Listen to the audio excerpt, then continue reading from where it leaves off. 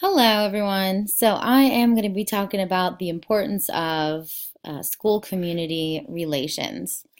I'm sure you've heard the old adage, no news is good news. The fact is that no news actually isn't good news, it's just bad public relations. If the thought of PR in connection with your school leaves you feeling uncomfortable, schools often avoid public relations because of those negative associations. So, in this presentation, I hope to explain what good public relations actually is and why your school should not be without it.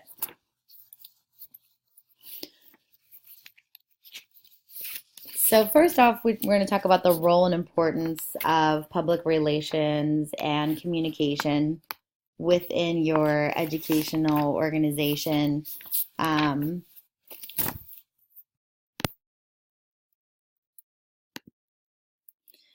So, what is PR? The Public Relations Society of America says that public relations is a strategic communication process that builds mutually beneficial relationships between organizations and their publics. So, we're going to look at a few key terms regarding PR and how it applies to school communications. So, first off, strategic communication. Whether or not you realize it, your school is constantly communicating. In fact, even if you're not actively sending out messages, you're still saying something. So, if you do not take a tight lipped approach to school communications, the message you're probably sending is, we're a school that doesn't care.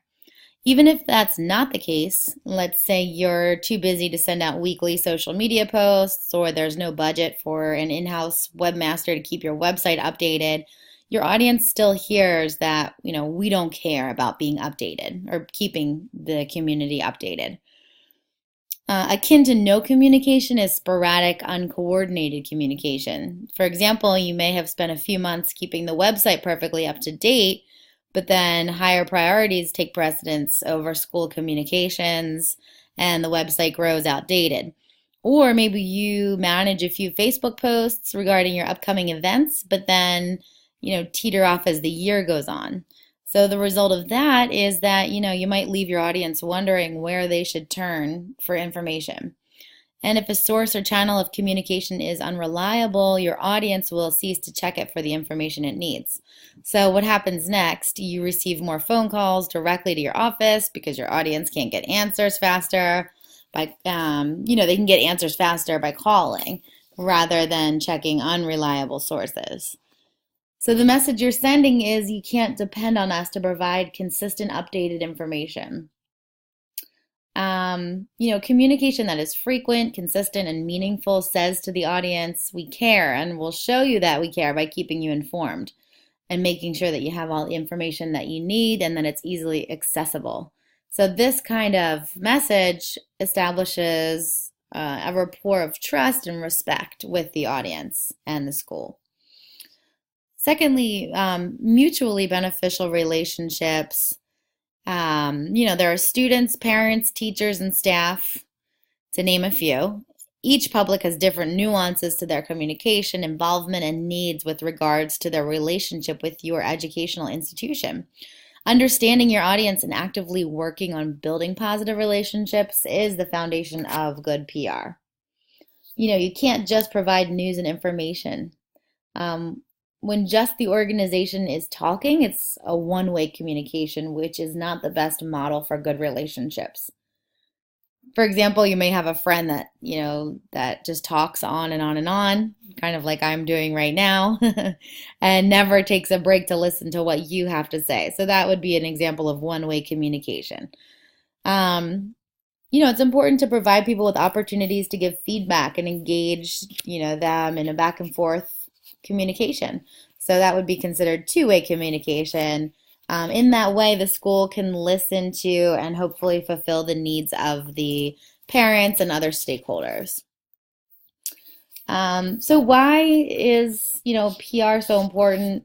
It's intentional, consistent communication that, helps people to feel appreciated and as if they are part of the school community. So moving on, the school stakeholders and how to maintain positive relationships. You know, like we've been talking about, you want to make sure that everybody has a voice and that the communication goes back and forth. Tied into that is building a culture of trust. So the school's culture isn't just the mission statement or the school's values. It's the reality of how we do things here at our school. It's how people behave. And trust is a part of all healthy relationships, whether they are business relationships or personal relationships. Your school's culture also requires trust to be healthy. And trust has to be earned. It's not something that you can buy. For a school to earn trust of its communities, it first must create an environment of trust within its own walls. So it's also a fact that schools with a high degree of trust are more likely to do what is best to help their students achieve. Since student achievement is education's overall goal, then trust really does matter.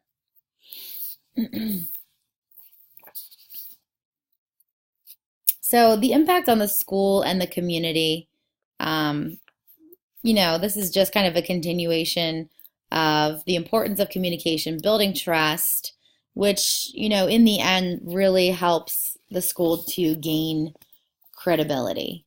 Um, for a school leader to be successful in communicating and in building trust and gaining credibility with the community, the leaders have to be, communicative to the staff, um, also communicative to parents.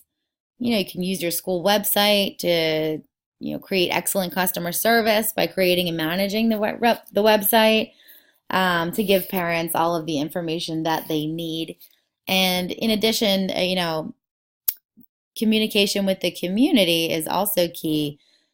You can use media to share successes, contact, education reporters, write up press releases, put all this information on the website, use social media to drive parents to the school website. Like Dr. Slider, you had mentioned previously about, creating good, positive relationships with the media before something bad, or something kind of negative might come up. It's good to already have that rapport with the media so that they can, come and use the school rather than seeking outside sources for their information. So good communication in general is key to creating an environment of trust and respect. There are some steps that school leaders can implement to foster positive relationships with stakeholders. Those are bulleted here, and I think that they each are important and necessary. So, in short, leaders who walk the talk and strive to live up to the standards that earn trust are modeling those behaviors for others. When a school's staff rises to those same standards, students not only see such models they can emulate in their own lives, but they are also more likely to reach their individual potential. So, communication, trust, transparency, they really are able to make the difference in a school becoming successful. Thank you for listening and have a great day.